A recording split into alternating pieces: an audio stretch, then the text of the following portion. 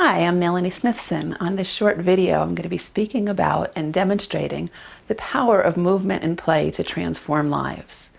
I often find that people, when they're working towards goals, are experiencing a lot of angst in their efforting, and experience, even when they achieve their goals, a lot of suffering and worry about holding on to those goals or what comes next once they have them.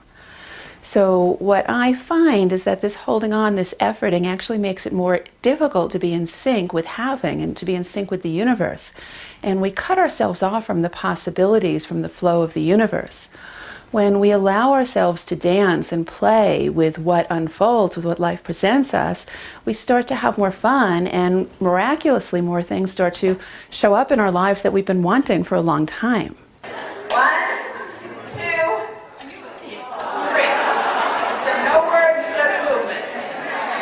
Movement in our society has a very limited range of what's acceptable. We sit with our legs crossed, with our arms folded, and we're afraid to get too big or too loud. And what happens as a result of this limitation in the body, this limited movement in the body, is the mind responds. And in this, correlation, the fact is that our body and our minds are actually natural allies. We start to think of the body as our enemy often, and we forget that it has the capacity to help us. When we can start to allow more movement in our bodies, we can start to open to the possibilities in our minds and our lives. So the body can start to teach us how to have more and to play with what arises. Many people believe they have to know exactly where they're going in order to move forward in their lives.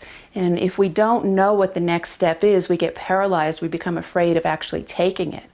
Now, the body can take a step in any different direction. It doesn't really seem to need to know where it's going. It can move. And in that, we can start to open up and play with the possibilities. So this is a great example of how the body can start to teach us how not to be so paralyzed and freaked out in our lives.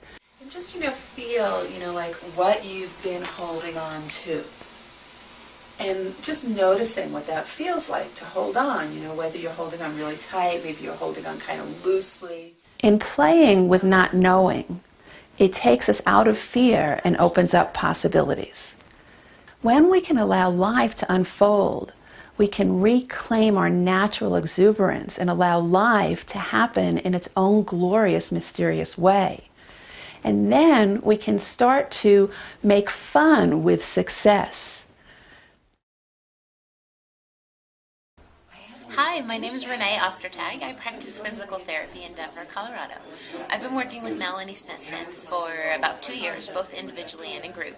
And I absolutely love Melanie as a group facilitator because she's really good at reading the energy of where all the individual members are and what they need in that moment instead of sticking to a rigid schedule. She's very good at sensing what we need and going with the flow of that, but it still feels like we get a lot accomplished. Thanks.